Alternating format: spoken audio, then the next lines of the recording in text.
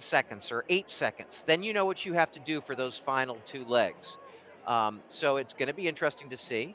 And I can't, profess we saw West run last night. He looked good. Um, but what I was thinking, Bill, was if we could get 354 miles out of Teare and out of Hocker and 4 flat miles out of the other 2, then game on and we've got ourselves a record. Yeah, the average pace needed, the four need to average 3:57.27 to break that record of 15:49.08 set by Ireland in 1985. That team was anchored by Ray Flynn, well-known track and field agent for many of the top athletes. Oregon has a college team out here, actually two college teams looking to break the college record. The Oregon A team, Reed Brown, Jack Erie, and Elliott Cook, and E.J. Holland. The Oregon B team, Aaron Bienenfeld, Quincy Norman, Steve Newmeyer, and Caleb Brown. But you mentioned it a bit earlier, and for folks just joining us, you look at the names on that college record, you need to run a 4:00.81 average to break it.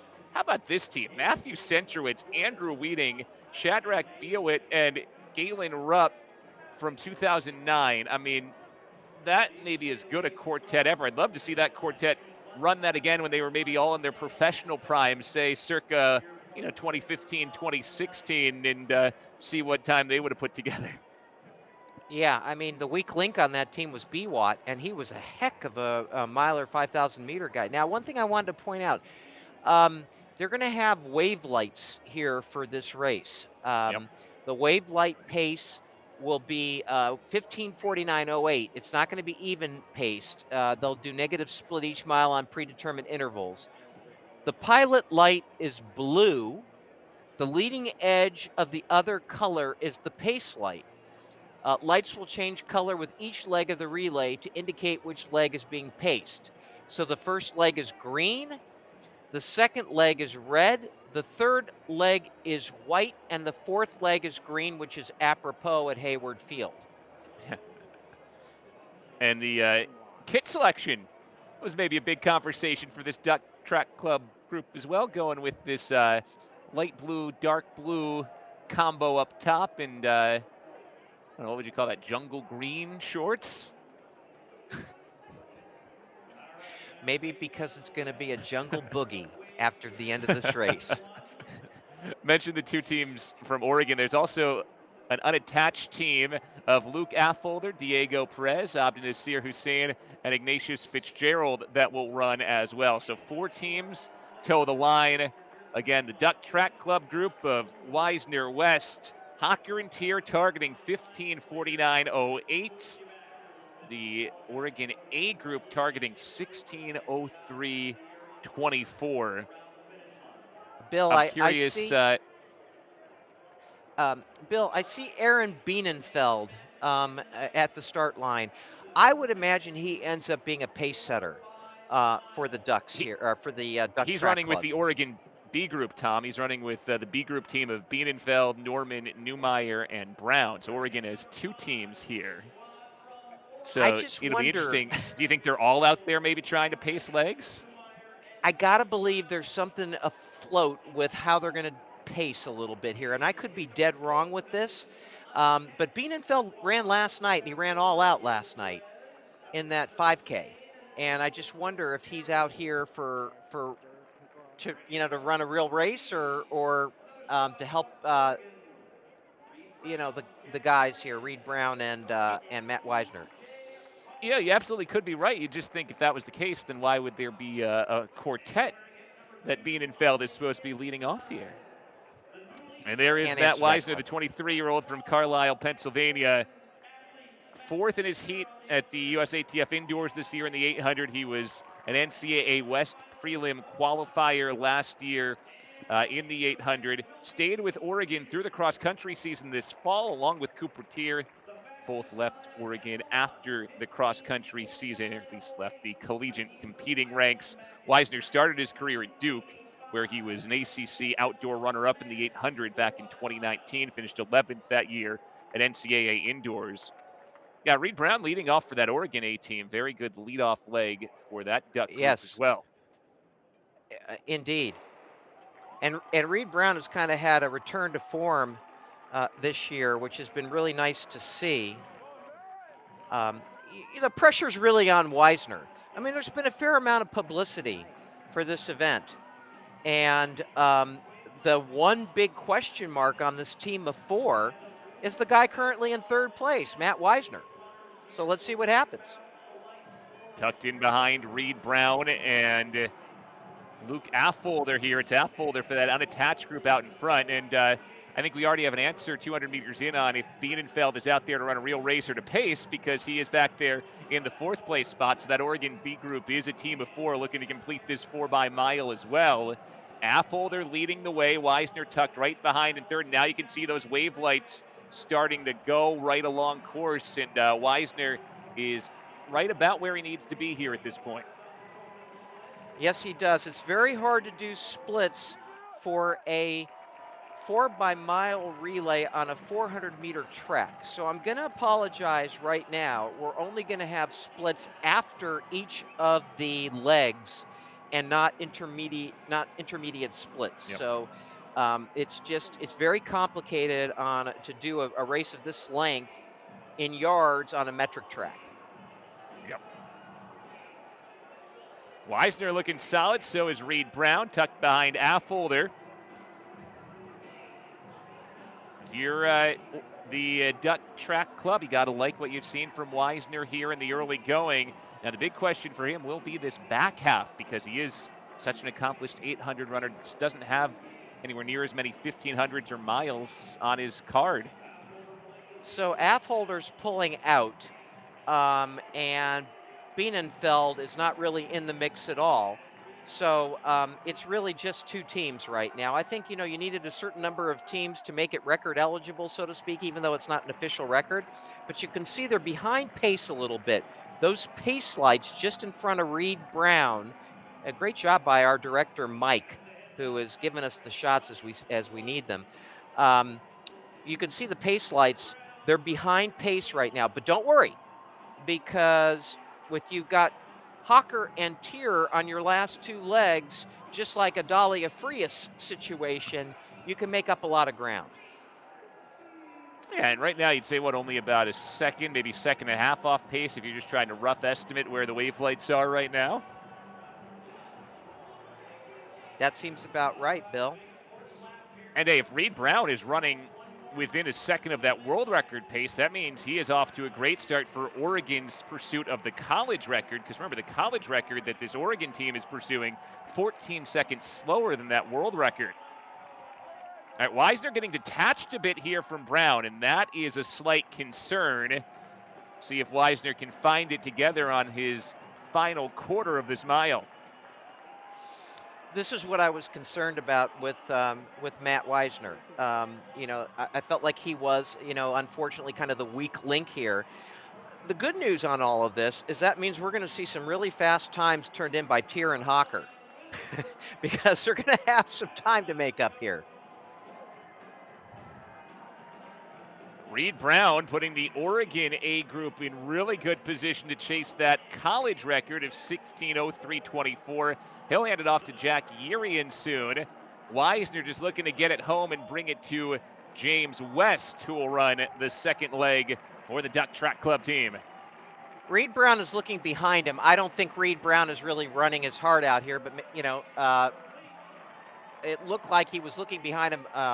So there you see they probably ran about 4 minutes in that first 440-yard leg. 3:59.69.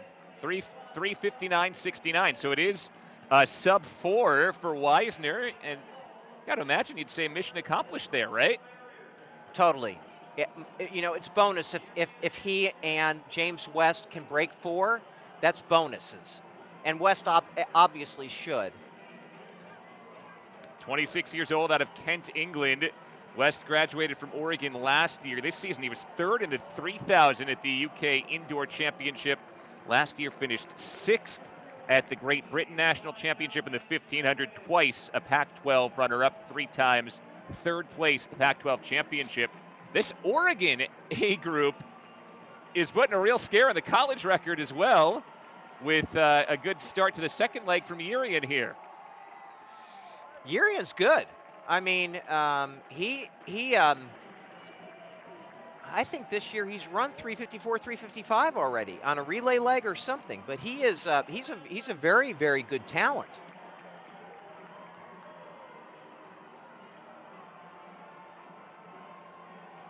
See the wave lights, and you can see that this group is behind pace still at the moment, but it is a backloaded setup for Oregon with Hocker running leg 3, Teare running leg 4 for the Duck Track Club team in pursuit of the world record.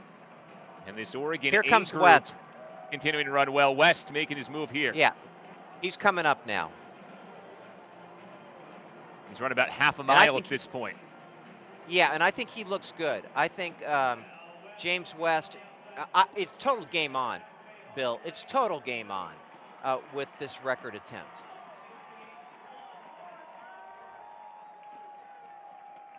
Again, they are well behind the wave lights at this point, but we mentioned the average split needs to be 357.27, and you got Hocker and Teare, who both run 350 this year in the mile.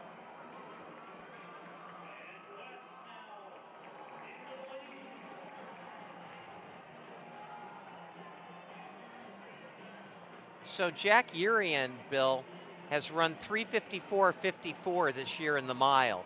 Jack Urian has run 338.36 for 1,500 meters and 13:44.76 for 5,000. This is a legit guy that is running for the University of Oregon here. And West going past him. We've lost sight of the wave lights at this point. Inside the final quarter mile for West, trying to get back on pace.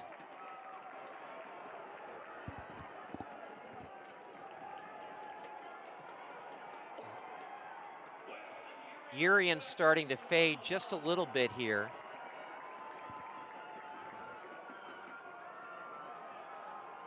This is really going to be the critical moment here to see where West ends up after mile number 2 here.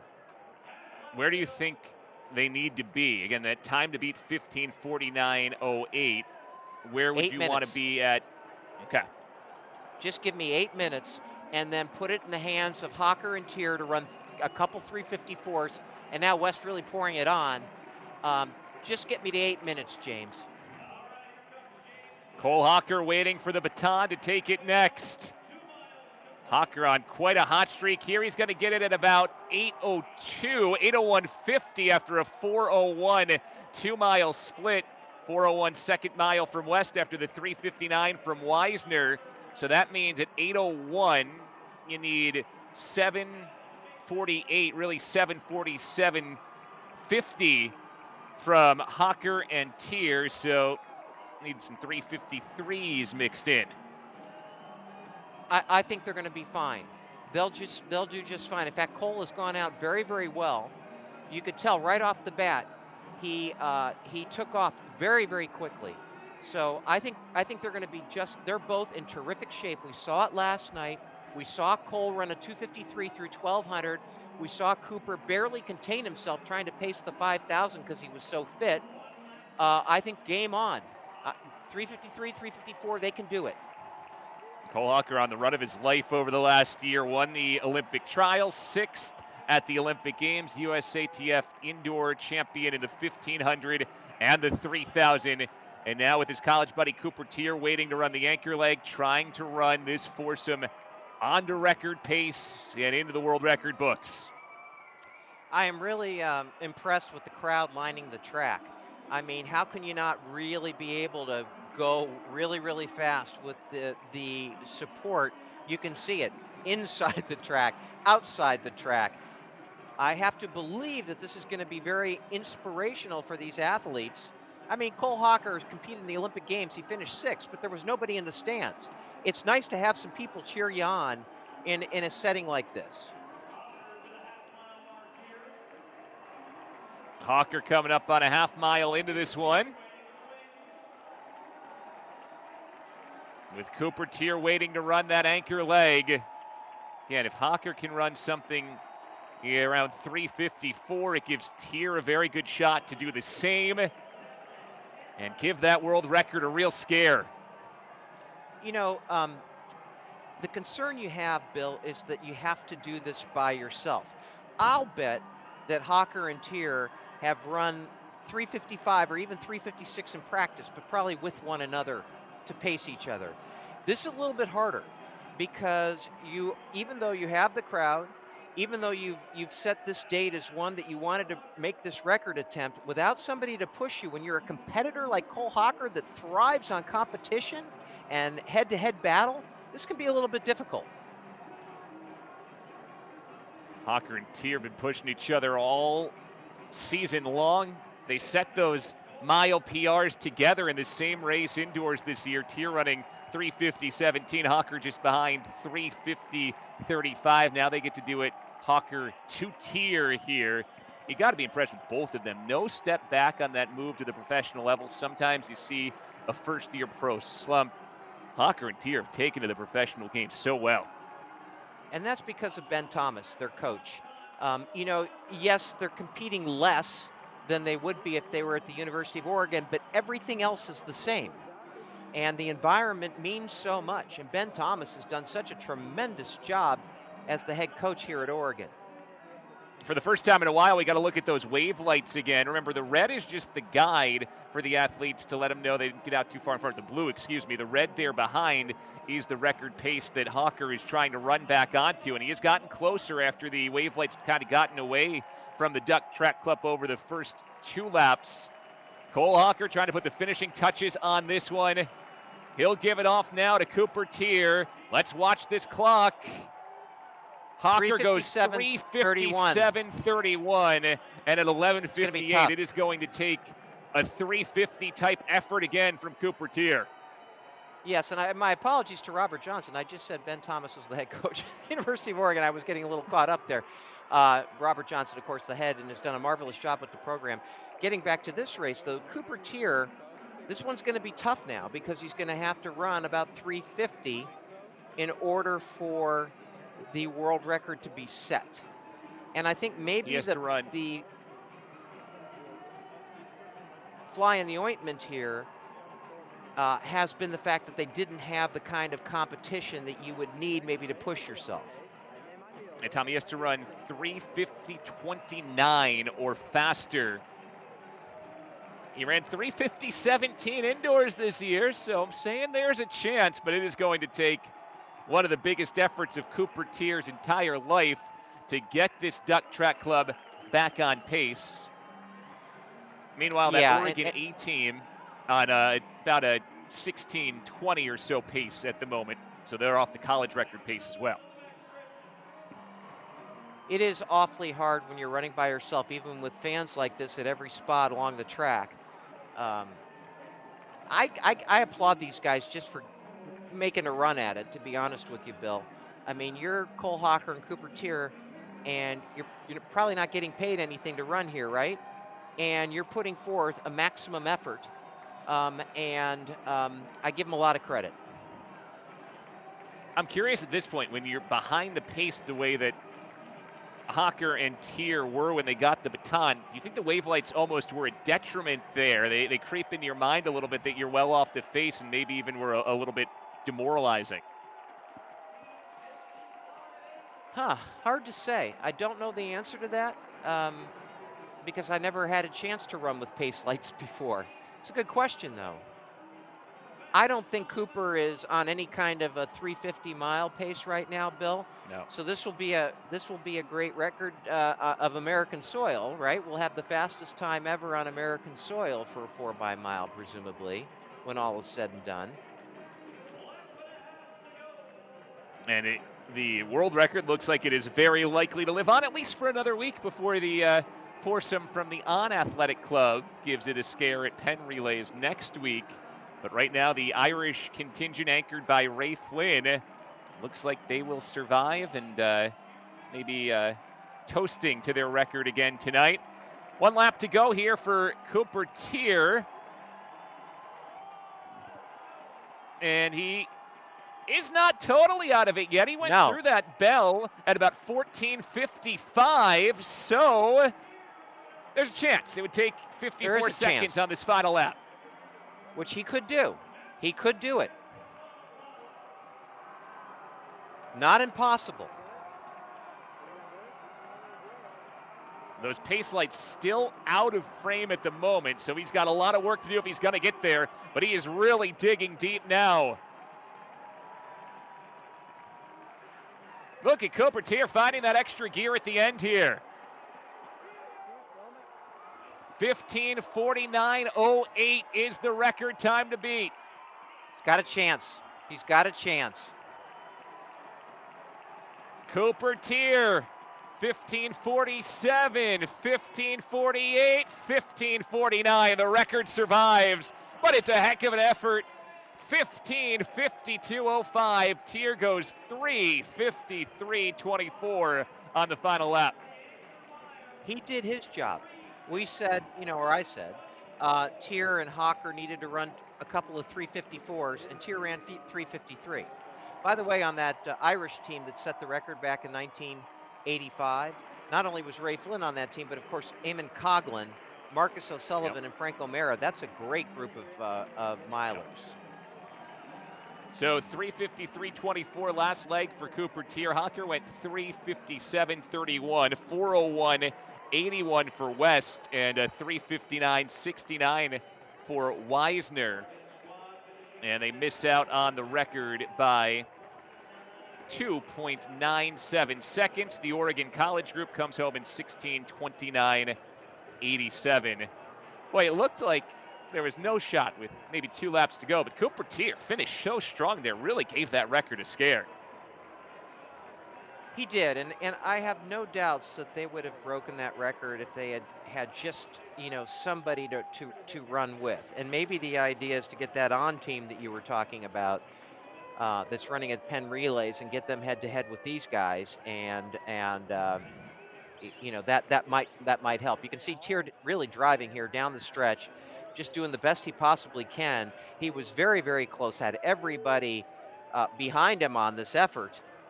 And a 3:53.24 anchor leg, that's a stellar performance by himself, alone, solo. That's a heck of a performance. So the Irish group keeps their 4x-mile world record that has lived on now for 37 years. That is the number 2 all-time mark for this group. 7 seconds faster than a New Zealand quartet from 1983 of Tony Rogers, John Bowden, Mike Gilchrist, and John Walker. So not a world record, but a number 2 all-time 4x-mile. And as you said, fastest ever on U.S. soil. For those wondering, not an American record, because again, James West is from Great Britain. I'd like to see, and I would make a suggestion to Ross Krempley, the meet director here, and the founder of Runner Space and the CEO. Hey, let's bring these guys together again in 2023 before the Budapest World Championships, and let's have a go at it.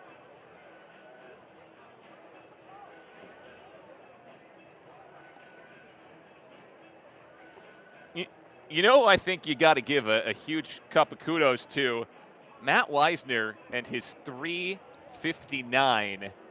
He did his job too. He ran the leg that they needed from him. And Oregon comes up a bit short of the college record. Duck Track Club comes up about 3 seconds short of the world record. All right, let's go down one more time to Sasha and hear from this foursome that is the second fastest What an incredible all-time. feat, guys, and to do so on your home track. Congratulations on such a great accomplishment. Now, you don't get to run relays very often. How did it change running a mile, but getting to run it for each other this time? Yeah, I mean, it was a pretty special feeling, like all of us out here putting in the work, like not on the team anymore, and then just getting to do something that's team-oriented just felt super special. Cooper, when you got the baton, you knew exactly what you were up against, and you attacked that last mile. Talk about especially that last 800 for you. Yeah, it was tough. Everyone did their part coming into this. There's not one person who has a bigger job than anyone else, so I was kind of just making sure I did everything I could for my teammates, and we went out there and we gave it our best, and I just want to thank the crowd for coming out. I think this was most electric I've heard Hayward, and having, everyone so close, it just, made it that much easier to want to push myself to the limit.